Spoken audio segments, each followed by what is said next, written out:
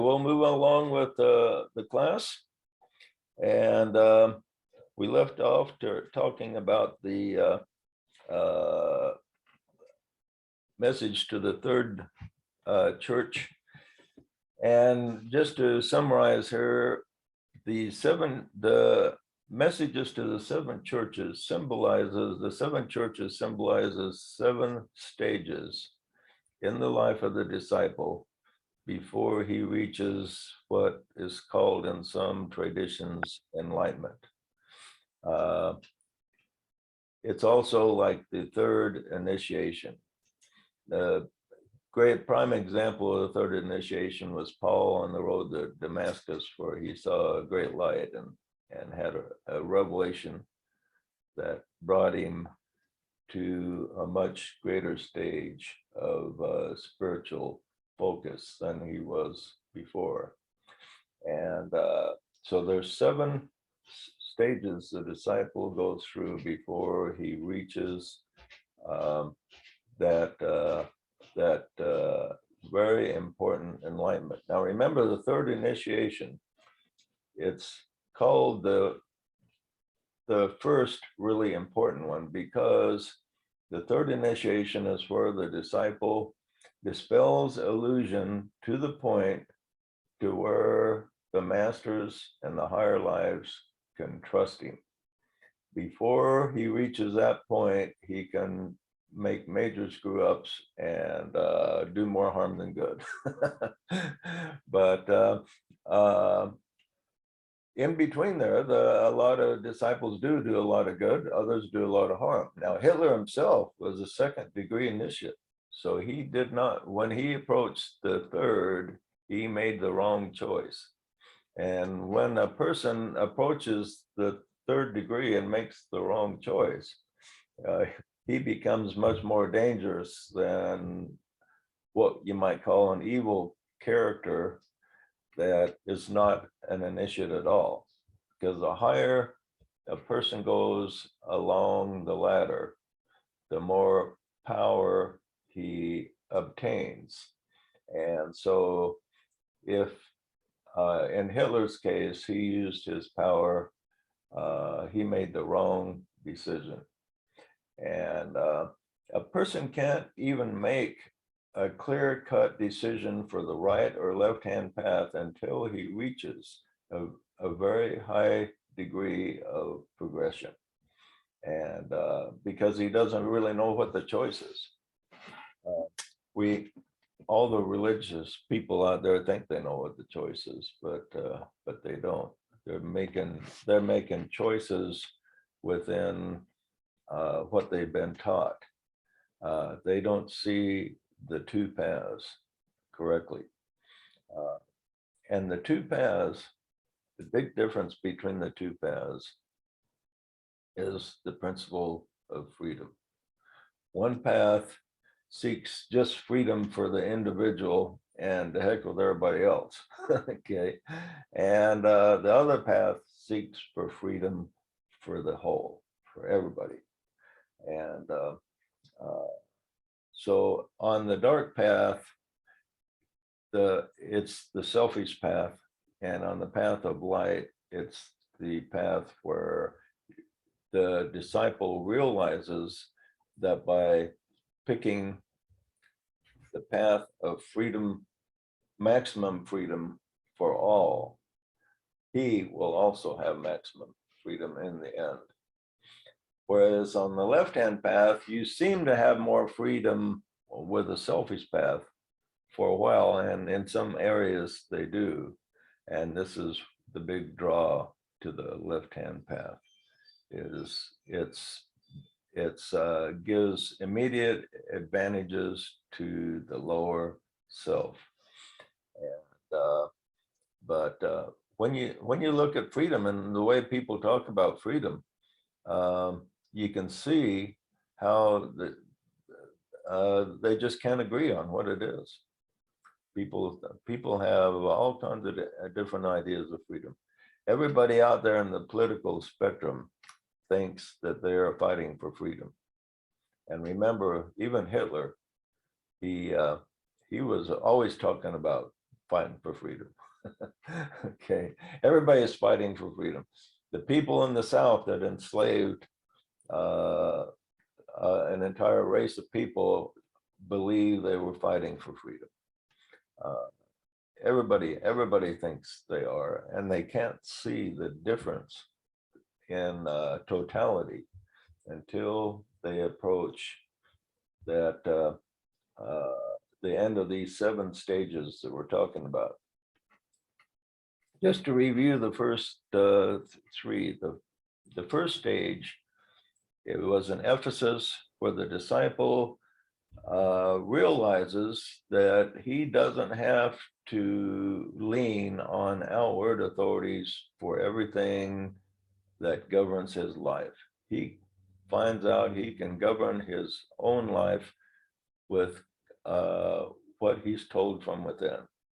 And then he takes that freedom and he goes overboard. Instead of just following the true inner voice, he starts following the desire voice.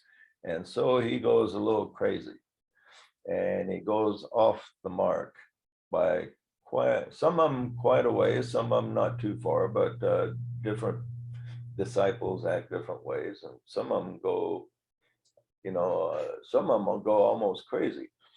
And then he enters in Smyrna, where he gets the message, hey, you need to come back and remember all the stuff you went through and all those lives. It wasn't for nothing. It was to learn some things.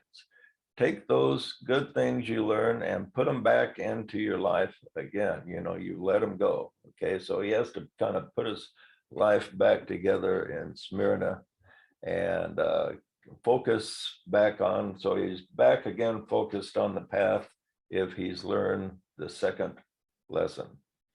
And then in the third lesson, he's back on the path, so he wants to do lots of good stuff. And so he goes overboard, but he doesn't have good judgment about how to do stuff.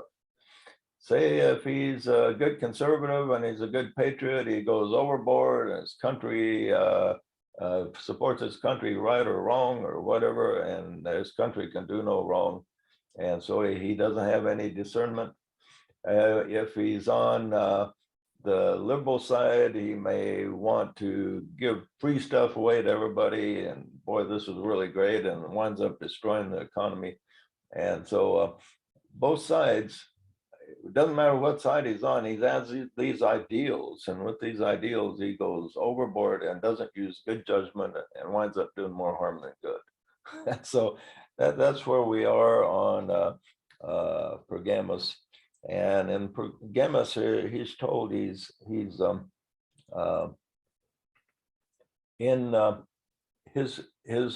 associated where Satan's seat is, and where Satan's seat is, there's still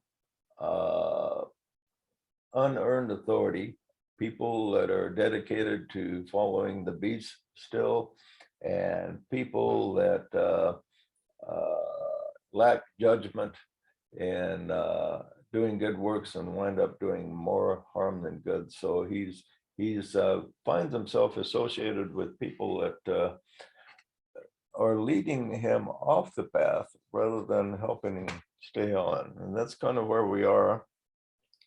We're left off in the middle of this third step.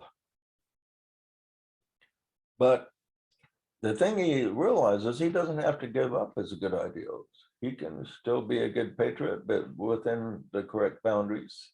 He can still be a good person and trying to help the poor and the needy and all this, but he does it with good judgment. So he learns to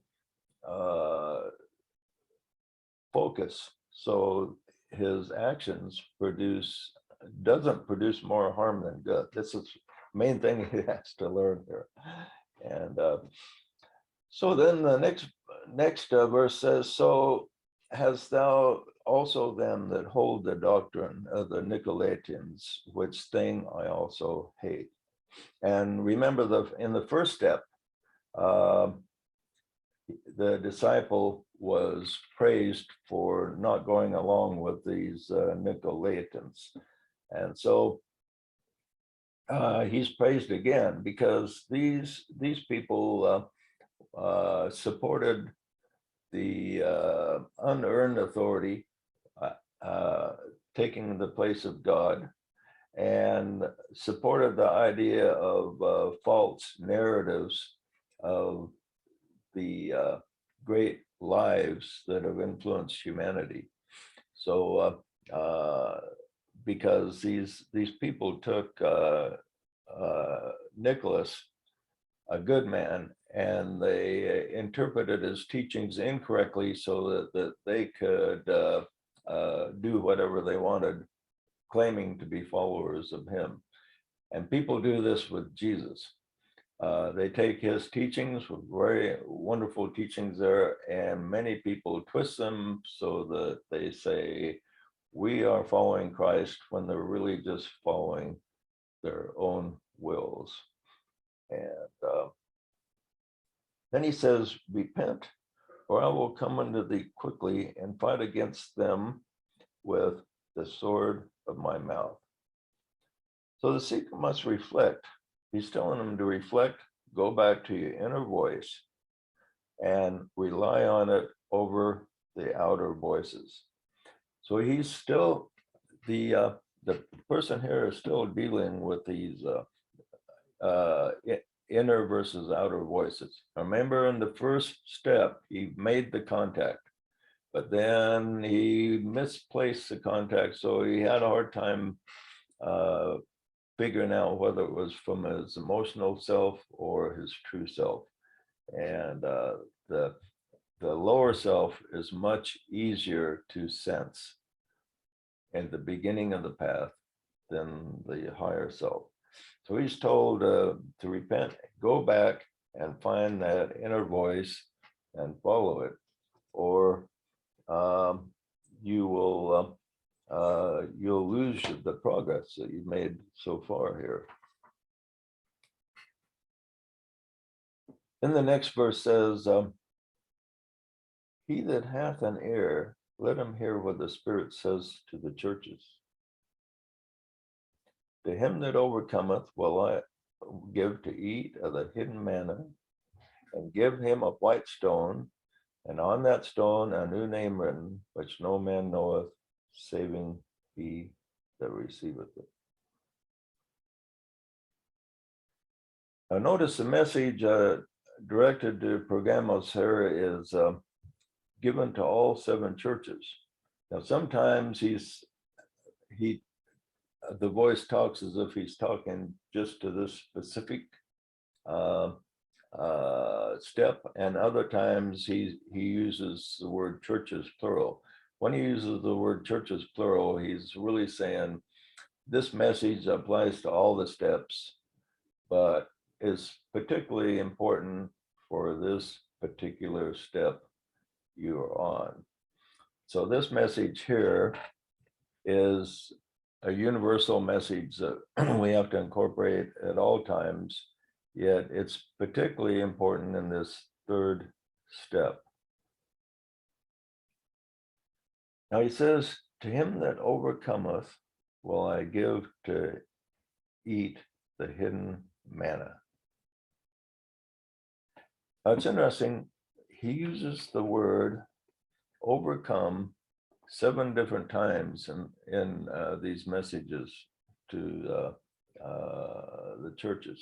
So overcoming is really important. And yet a lot of people think that overcoming, they don't put stress on that. They put stress on, they want everything to be easy. Just declare Jesus as your Lord and you'll be saved. Nothing to overcome. The Lord overcomes everything for you. Now, there's a certain amount of truth in that approach, but still, you have to make a great effort on your part in order to dispel all the illusions. I'll look at it like this. Let's suppose you're on the edge of a cliff and you heard a voice come to you, and the voice is a voice you've heard before, and it seems to be reliable. And the voice says, jump off the cliff and I will give you power to fly. So you will have a soft landing. Okay. Now, sounds reasonable to me. now, what would you think if that happened? You look down the cliff. Now, if the voice is pulling a trick on you, well, you're going to die for sure. Okay. Are you going to jump or not? But this is the interesting part I want you to absorb, is that how hard is it to jump, physically jump off? It would be a real easy thing to do. If you knew for absolute certainty, jumping off the cliff is a real easy thing to do. It's as easy as taking a step up the stairs. And this is what many teachings emphasize, is the step back to the presence is inherently a very easy thing to do. But the reason it's hard is the decision is hard. Just think, if you're on the edge of a cliff, just overlooking the Grand Canyon or something, and you had that voice come to you, jump. I want to, let's put your faith to work and just jump, and you will be given power to fly and have a soft landing. Okay. The actual process of the jump is real easy, but making the decision to jump, once you heard the voice, it's extremely difficult. Before you would be willing to jump, you'd probably think, well, maybe another time. Okay, so you put it off, and then you're at another cliff, and it says, well, I'm giving you opportunity, jump. And you think, well, I have to get a little bit more assurance that I can trust this voice. Okay, so it takes many lifetimes for us to get that assurance that we can make that jump.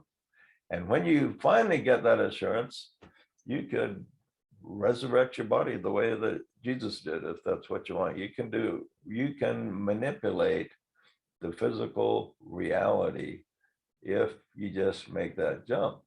But making that jump, getting that point to where we can make that decision to let everything go. I'm in various spiritual groups I'm in. It's people talk like, oh yeah, they talk like they are there right now. Well, if they're there right now, I hear people say, claiming that they are at that point of spiritual liberation. Yet then a few messages later, they'll complain about how they're having this illness or that illness, or went to the doctor for this. And I think, well, if they're really that liberated, they should have control over their physical life, but they don't. And so they're not really that liberated after all. So, but getting to that point to where if you were on the edge of a cliff and the inner voice told you to jump, then you would jump. Now, the problem is that 99 out of 100 people that hear an inner voice telling them to do something we consider crazy, the inner voice is not the true voice, but the inner voice is their mixed up emotional self giving them a false voice. So this is why it's so important for the disciple to discern the true from the false, because you have the voice of the ego and you have the voice of the true self. And there's a big difference. But in the beginning, when the person first hears the true inner voice, it's so still. It's called the still small voice, especially at the beginning. And so it's so easily drowned out by the loud outward voice of the ego saying, I am the true voice. And so if you're on the edge of the cliff and you hear a voice says jump, make sure it's the right voice, or else you'll just fall and die. Okay.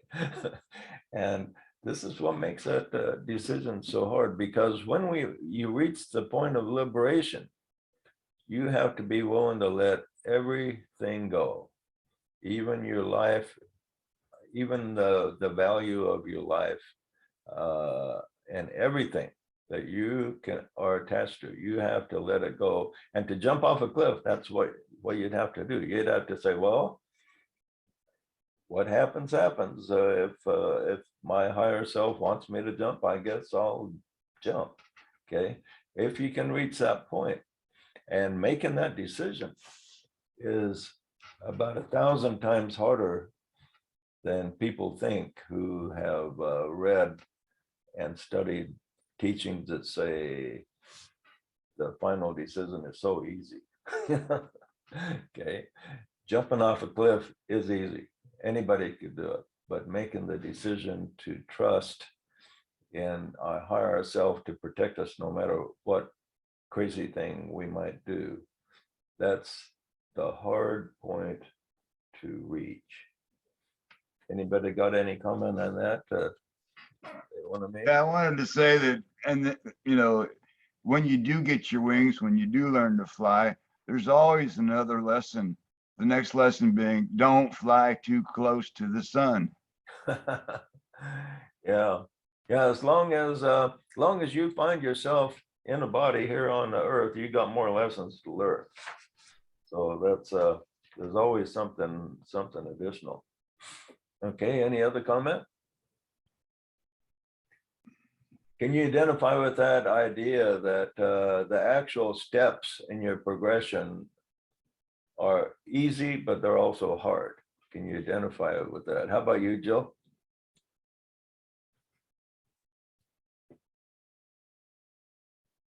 Had to unmute. Yes, I can definitely identify with that. And you don't, and it's always a matter of hindsight for me, you know, that as you're going through something difficult, I don't really see it as a difficulty until I'm actually past it. And because the sense of relief just overshadows the difficulty. For me, that's how I perceive it anyway. But when you do make the right decision, you do have a tremendous sense of relief. Yeah, but sometimes you don't know if it is the right decision until long afterwards.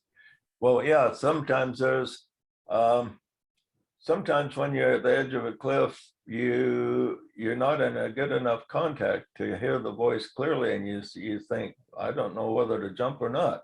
Yeah, in that example, yeah, I agree with you in that example. So sometimes you jump, and sometimes it works, and sometimes it doesn't. And we learn from those experiences. Well, I've never pondered it on the edge of a cliff, that's for sure. How about you, Tyler? Have you ever been on the edge of the cliff? And the spirit tells you, oh, Tyler, this is what I want you to do. May not be jumping and flying, but it would be something else. Well, I've had, I did have an audible spiritual experience once. I was riding on my bicycle on my mission, and it was at night, and my companion was pedaling his bike super fast, and I was trying to keep up, and it was like I said, it was dark, and I was standing up trying to go fast, and all of a sudden I heard an audible voice that said duck. And so I was like, okay. So I was wearing my helmet, and I ducked my head, and immediately after I hit a big tree branch. Really? And so if I wouldn't have done that, I probably would have poked my eyes out or fallen and really hurt myself. And so I wish all of the promptings came like that in a literal audible voice that was just like, okay. Yeah, that keeps it nice and simple when you hear duck. Well, okay. Well, I'm certainly glad you ducked, Tyler. You may not be here now. Yeah. You may be in really bad shape if you were here. So, yeah, that's funny. Those type of experiences don't come often enough for most of us, but they seem to come just at really crucial times like that. With Tyler, would have if he would have had that accident, it may have he may have not have completed what he came here to do with his life. So his higher self saw, well, this, we can't let this happen to him.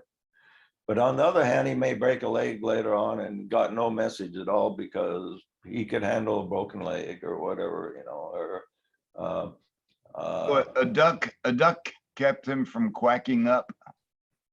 yeah, clever there, Rick. Okay, so we were talking about the hidden manna, and it's interesting. The Jews kept after their period in the desert where they were fed manna, they kept a sample of manna, and it was hidden. And the legend says that hidden manna still exists somewhere, but same with probably with the Ark of the Covenant.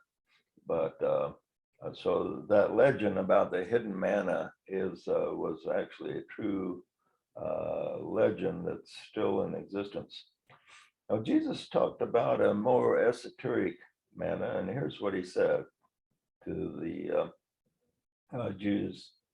He said, our fathers did eat manna in the desert, as it was written. He gave them bread from heaven to eat. Oh, they said, this is what the Jews said to Jesus. And then Jesus said to them, verily I say unto you, Moses gave you not that bread from heaven, but my Father giveth you the true bread from heaven.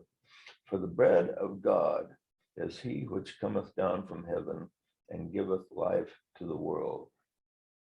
Verily, verily, I say unto you, he that believeth on me hath everlasting life. I am the bread of life. Your fathers did eat manna in the wilderness and are dead. This is the bread which cometh down from heaven, that if a man eat thereof and not die, I am the living bread which came down from heaven. If any man eat this bread, he shall live forever. And the bread that I will give is my flesh, which I will give for the life of the world. So that's a profound statement. So everything that happens, especially in the spiritual writings on the physical plane, has a spiritual meaning. They were in the desert and they ate this manna that just appeared miraculously every morning, and this sustained their life. But Jesus says, well, they ate that manna and it was miraculous, but now they're all dead. He says, there's another manna you can eat. And this also comes down from heaven, but the true heaven.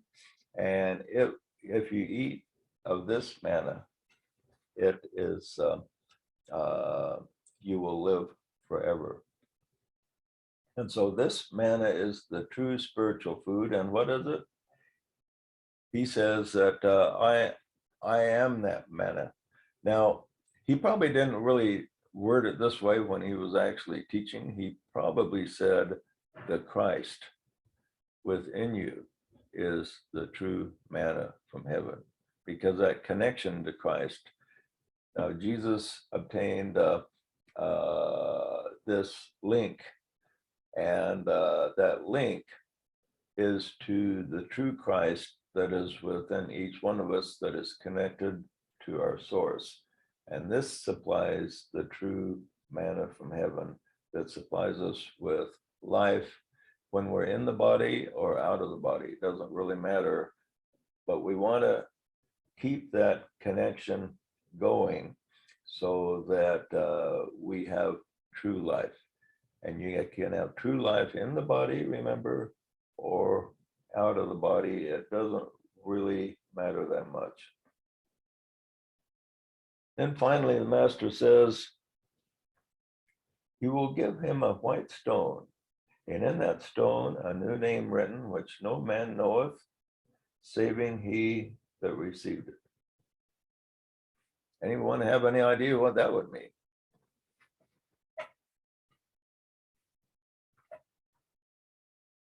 So you're on the path, and you, on a certain point on the path, you're going to be given a white stone, and in that stone, a new name written. What's that all about? This is a funny part about the book of Revelations. When you first read it, you think, boy, I did not absorb hardly any of that. I have no idea what any of this means. And it takes a lot of thought to figure it out, but the wording is very profound.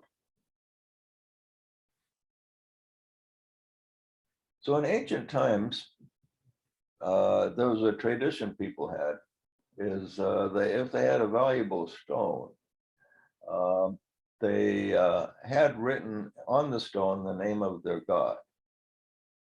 And this was written, the idea behind this is if they knew the name of their god and had access to it, then this gives them power to call upon their god and obtain revelation and power and healing from that god that they worshiped. And back in those days, the various peoples worshipped all kinds of different gods. And so there's a certain amount of truth to that. The name of God is something that has been important to people. And what was the first question Moses asked when he had his experience with God? What was the first major question he asked? He said, "What shall I tell them is your name?" Right. What's your name? Who are you? And why did Moses want to know his name? Because back in those days, the name revealed who you are. Like Moses the name meant being drawn from the waters, because he was saved from, his mother put him in the waters and he was drawn forth from the waters, and that saved his life. And Abraham meant father of a nation, and so on. And Jesus means savior, and so on. So back in the ancient times, they named people. If you found out a person's name, you knew something about them.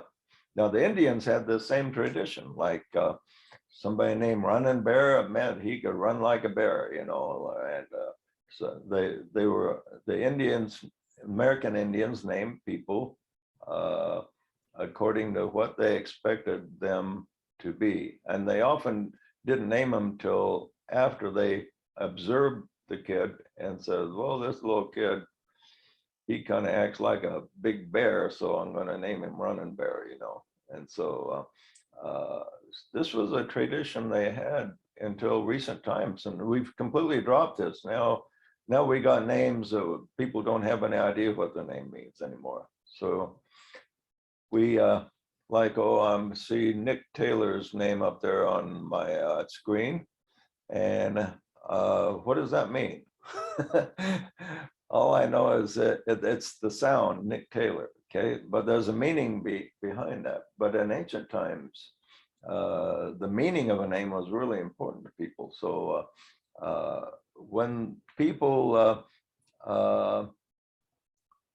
named their gods in those days, and so they wrote the name of their god on a valuable stone, and they carried it around with them, and they felt like this endowed them with the power of their god. Now, a stone in the scriptures is symbolic of what? It can be symbolic of the Christ. Exactly, right. A stone is symbolic of the Christ. And so what does that add to what we're being told here? I will give him a white stone with a new name written.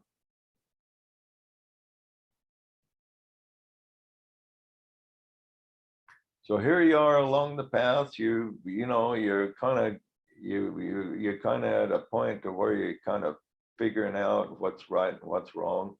And this is a point where you're given, if you perform correctly, you're going to be given a white stone with a new name written. What would that mean? Pick the name of Christ on ourselves. Right. You solidify your connection to the Christ within, and you're given a new name. Now it's interesting, in the scriptures, people were often given a new name. Abraham, his original name was Abram, and it was changed to Abraham, meaning father of a nation. Okay. Jacob, his name was changed from Jacob, which meant heel catcher, or which was connected to being a deceiver, to Israel, which meant one who can prevail with, or even with God. Okay, so people were given a new name. Why is it that sometimes people were given new names? And in religious tradition, they're given new names. In Mormon church, you go to the temple, you're given a new name, and so on. And among the Masons, they have new names. And so they, this idea of being given a new name, what do you think's the purpose behind that, Adam? It's in like a new calling, a new focus for the disciple. Right. Okay, so you're given a white stone symbolizing purity, and the stone symbolizes Christ, and it has a new name, and this new name is a consciousness that your true self is really the same true self as was in the Christ himself. You and Christ are one, and this is your new identity. Okay, so and the scriptures talk about this, Paul talked about this quite often. He says, let the old man die and put on the new man. He keeps saying. So it's a similar concept that Paul was preaching, and similar concept in the taught with baptism. When you're baptized, you're put completely under the water, symbolizing what happened when you're in the womb. When you're in the womb, you were completely submerged in water within the womb. Okay, so when you're baptized, it's a symbolizing of going back to the womb, being completely submerged in water, and coming out a new person, rejuvenated. And this is a symbol of the new name. So really, it's a symbolic of a true baptism, where the person, if he performs well in this, he's going to have a rebirth, not to perfection, but to a new vision. JJ, Yeah. can it tie in with the resurrection of Christ himself? That it's like a symbolic rebirth, so to speak. Yeah, the resurrection is, sometimes the baptism is compared to that Okay. you come out of the water, and it's symbolic of being raised from the dead. So, Right. yeah. When you talked about the baptism, that's what made me make the connection. Yeah. Yeah, that connection is there too. There's a lot of symbolism, and you can go really deep into this symbolic meaning. And what's interesting about this, I remember the first couple times I read the book of Revelation, I didn't hardly understand any of it, but there is one thing that struck me about it, was that these words are very profound. I just had a sense that there was something in me that was getting something from it, even though I didn't consciously understand it that much. And this is what happens with us, that when we read or study from something that is beyond our conscious understanding, there's still an inner understanding that is being registered. And so this is important. As far as the name, the soul tries to inform the parents of the name it would like. And often if the parents don't get it right, that the Yeah. individual will use a nickname or change its name.